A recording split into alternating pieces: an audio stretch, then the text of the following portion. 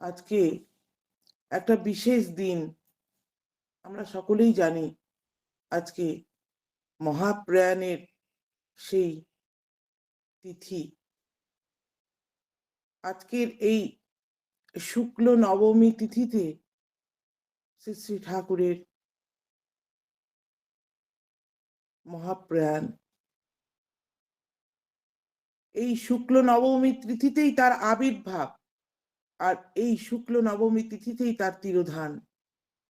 একই তিথিতে জীবন এবং মরণ বাঁধা পড়ে থাকলো। ঠাকুর এই জানুয়ারি মাসটা, সম্পূর্ণ মাসটাই প্রত্যেক দিন দিঘারিয়া পাহাড়ে যেতেন। দিঘারিয়া পাহাড়ে আমাদের ঠাকুর বাড়ির কাছে এখন বর্তমানে মানিকপুর যে মন্দির, শ্রী মন্দির তৈরি হয়েছে, সেইখানটায় দিঘারিয়া, তার থেকে একটু এগিয়ে গেলেই দিঘারিয়া পাহাড়। সেই পাহাড়ের কাছে ঠাকুর ওইখানে বসতেন। বসার পরে সবাই দৌড়াদৌড়ি করতেন, আর সাথে অনেক মানুষ যেতেন। ঠাকুর 7-8টা গাড়ি যেত সাথে করে। ঠাকুর বলতেন, আরো করে গাড়ি নিয়ে যারা বহিরাগত এসেছেন তারাও যাবে। সবাই মিলে ওই দিঘারিয়া পাহাড়ে যাওয়া হতো। আমি ভিডিওটা অফ করে বলছি, হ্যাঁ।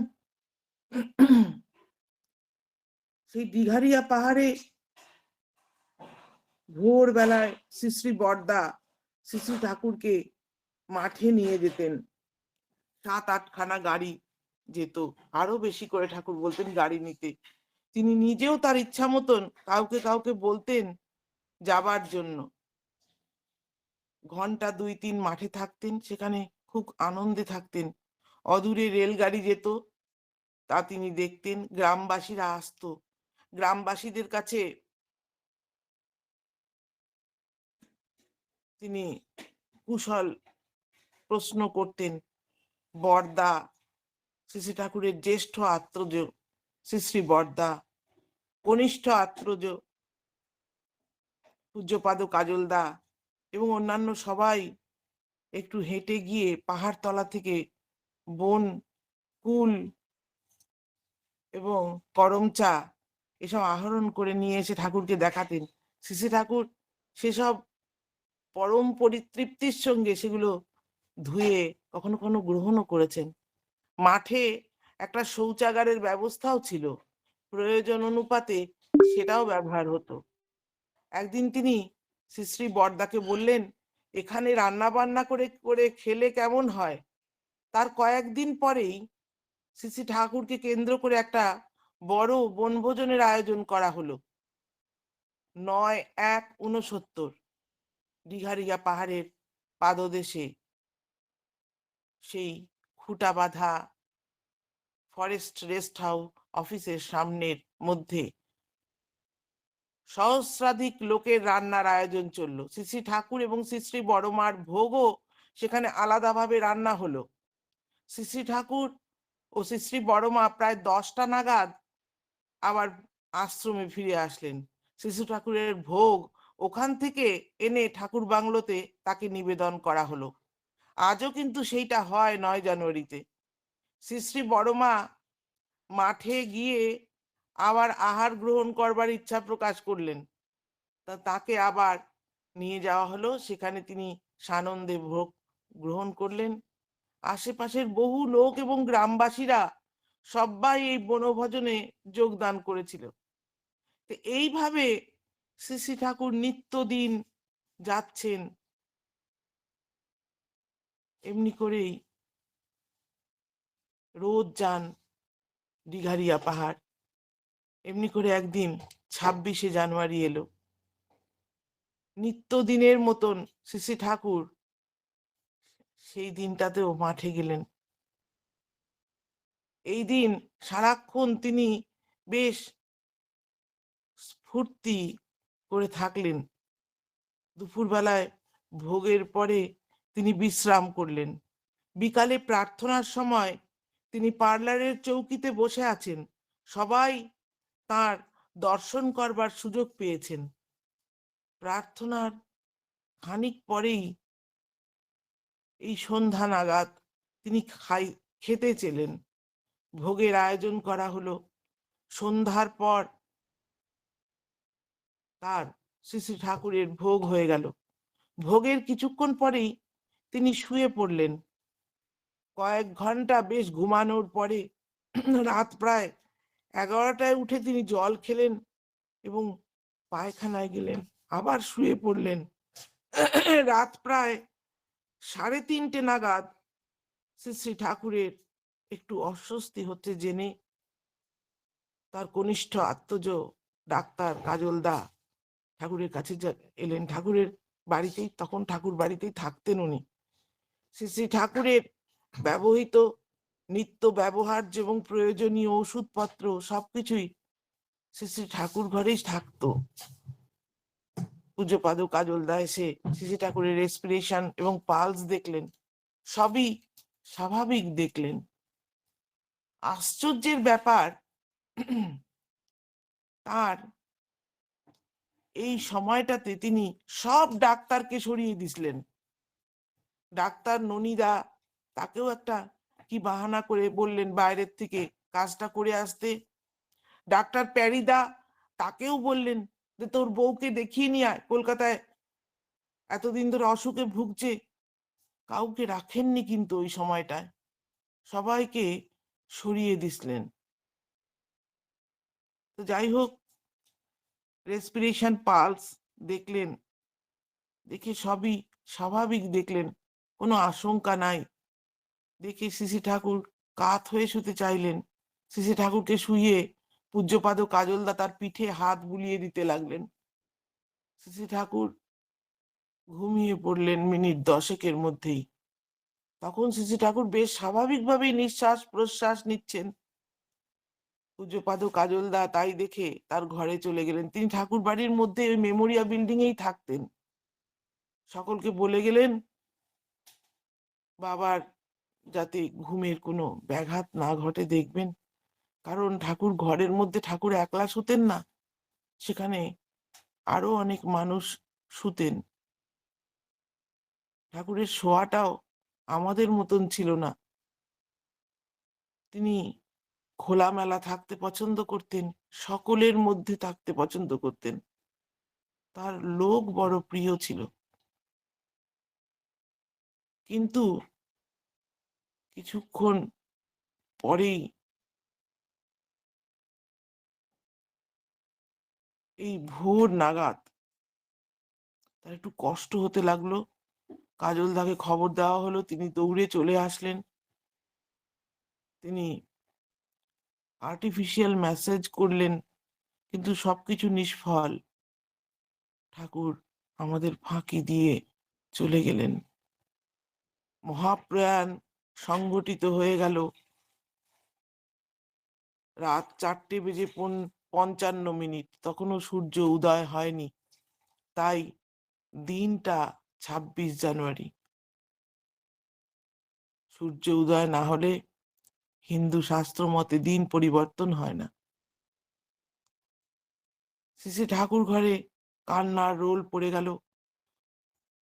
চারিদিকে শ্রী বরদা খবর পেয়ে বরদার বাড়ির থেকে আসলেন। পূজনীয়া পিসিমা, পূজনীয় বাদল কাকা, বৌদিরা যারা যারা ছিল সব হাহাকার করতে করতে সব আসলেন। শ্রী বড় মাকে শ্রী ঠাকুর ঘরে আনা হলো। তিনি বসা ছিলেন। এই দৃশ্য দেখে তিনি নুয়ে পড়লেন এবং সেখানেই শুয়ে পড়লেন। পরমারাধ্যা ছোট মা চৌকির উপর বসে অঘরে অশ্রুপাত করতে থাকলেন। সে দৃশ্য বড়ই হৃদয় বিদারক এবং মর্মস্পর্শী। সকালে বিভিন্ন জায়গায় বিভিন্ন স্থান থেকে এই বার্তা আসতে লাগলো যে ঠাকুরের সৃষ্টি বর্দার ছোট ভাই পরম পূজনীয় ছোটদা কলকাতায় ছিলেন। ট্র্যাঙ্ক কল করে সংবাদ দেওয়া হলো তার আসতে প্রায় 3টা বেজে গেল। ছোটদা বাবা বাবা বলে ঠাকুরের কাছে এসে কাঁদতে লাগলেন। শ্রী শ্রী বরদা বৈদ্যনাথ ধামের শ্রী শ্রী বালানন্দ আশ্রমের পণ্ডিত প্রধান শ্রীমৎ বিভবানন্দ ব্রহ্মচারী ব্যাকরণাতীর্থ বেদান্ত রত্ন এবং প্রধান আচার্যদেব সেখানকার শ্রী শ্যামাপদ ন্যায়াচার্য ব্যাকরণ তর্ক ন্যায়াতীর্থ সাংখ্য বেদা রত্ন জ্যোতিভূষণ মহাশয় সবাইকে শ্রী শ্রী বরদা খবর করলেন। শ্রী শ্রী ঠাকুরের এই দেহের সম্মুখে এসে সংস্কৃতে মঙ্গলাচরণ পাঠ করতে লাগলো। তারা বিধান দিল যে সূর্যাস্তের পূর্বেই শেষকৃত্যের কাজ শুরু হওয়া বাঞ্ছনীয় এবং শাস্ত্র বিধিসম্মত। তারা একটি চন্দন বৃক্ষের কাঠ এই শেষকৃত্যের কাজে শ্রী শ্রী বালানন্দ আশ্রম থেকে এনে দিলেন। সেই ট্রাকে করে সেই কাঠ আনা হলো। শ্রী শ্রী বালানন্দের আশ্রমে এই দুটো চন্দন কাঠ ছিল, চন্দন গাছ ছিল। একটা শ্রী শ্রী বালানন্দ ব্রহ্মচারী যখন দেহ রাখলেন তখন একটা কাঠ গাছ কেটে হয়েছিল, আর একটা রেখে দিতে বলেছিলেন এই ঠাকুরের কাজের জন্যই বোধহয়। কিন্তু এই গাছ যেহেতু কাঁচা কাঠ, তাই শ্রী শ্রী বরদা অনেক শুকনো টুকরো টুকরো চন্দন কাঠ নিয়ে আসা করালেন ঝুড়ি করে করে। সেই কাঠ যারা ছিলেন সেখানে সবাই দিতে লাগলেন। বিকাল 5টার সময় শ্রী শ্রী ঠাকুরকে নিয়ে শেষকৃত্যের জন্য গ্যারেজের সামনে রোহিণী রোডের পশ্চিম দিকে সৎসঙ্গের যে জমি কেনা ছিল সেই জমি ঠাকুরকে নিয়ে যাওয়া হলো, বর্তমান যেটা সমাধিস্থল। হাজার হাজার লোক শ্রী শ্রী ঠাকুরের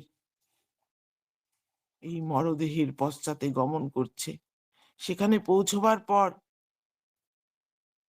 কলকাতায় বরদার বাড়ির সবাই এবং আত্মীয় স্বজন সবজন ভক্তগণ এসে উপস্থিত হলেন।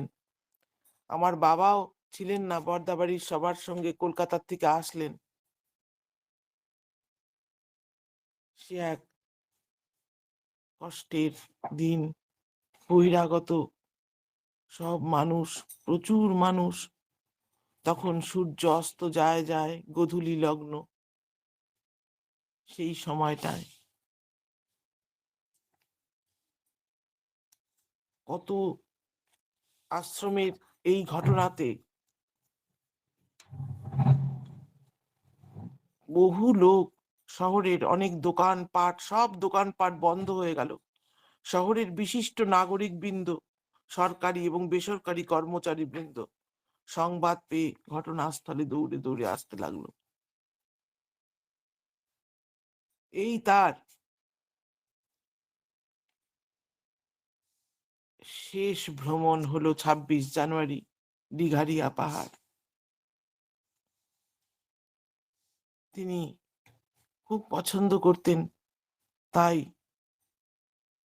পরম পূজনীয় শ্রী শ্রী বরদা ওই দিঘারিয়া পাহাড়ের যেখানটায় ঠাকুর বসতেন সেইখানটায় মানিকপুরের ওই মন্দির তৈরি হয়। মন্দির তৈরির আগে ত্রিপল দিয়ে কাটিয়ে সুন্দর করে ঠাকুরের স্থান, বড় মার স্থান করে 9 জানুয়ারির দিন আমরা পিকনিক করতে গেছি শ্রী শ্রী বরদার সঙ্গে।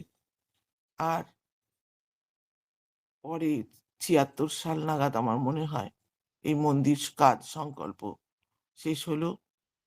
এখন তো মন্দির, এইখানে ঠাকুর আসতেন।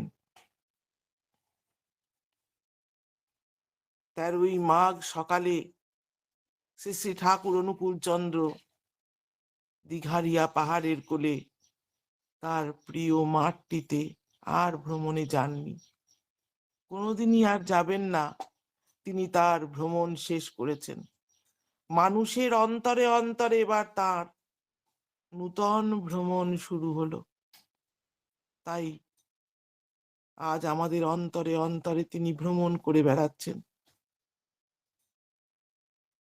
শ্রী শ্রী বড়দা আমরা যখন ছোট ছিলাম আজকের দিনটিতে মৌন ব্রত রাখতেন, আমাদেরকেও রাখতে বলতেন। সন্ধ্যা প্রার্থনার পরে মৌন ব্রত ভঙ্গ করে কথা বলতাম। ছোট ছিলাম তখন, সব ঘটনাগুলো মনে পড়ে।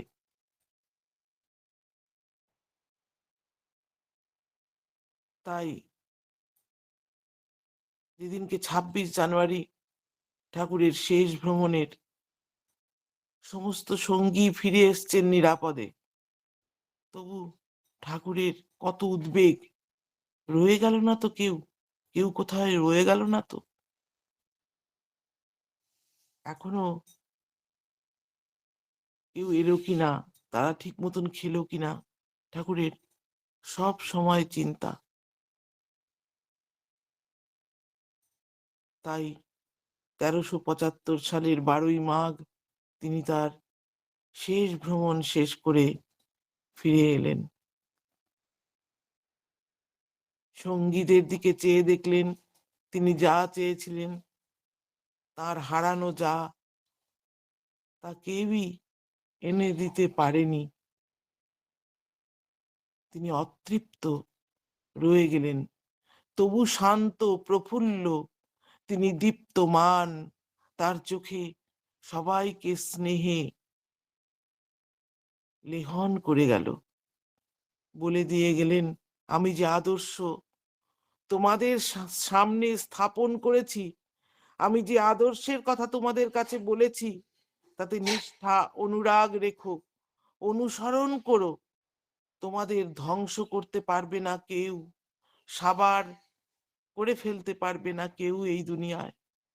আর প্রত্যেকটি ব্যষ্টি এই আদর্শের অভ্যস্ততায় শত হয়ে উঠলে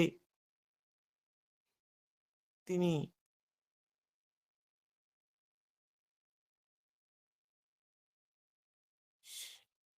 চাইতেন এমন যুগ আমরা আবাহন করি, যেদিন শাসকের প্রয়োজন নাও হতে পারে।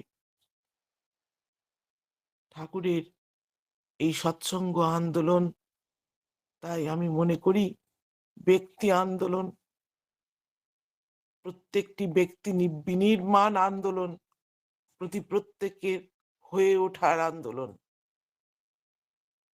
তাই পরম পিতার কাছে প্রার্থনা করি আমরা সবাই একে একে হয়ে উঠি, তার মনের মানুষ হয়ে উঠি, তাকে জীবনে বসিয়ে আমরা যেন আরো থেকে আরো তার হয়ে উঠতে পারি। জয় গুরু। আমার মনে হয় সময় হয়ে গেছে। জয় গুরু, জয় গুরু।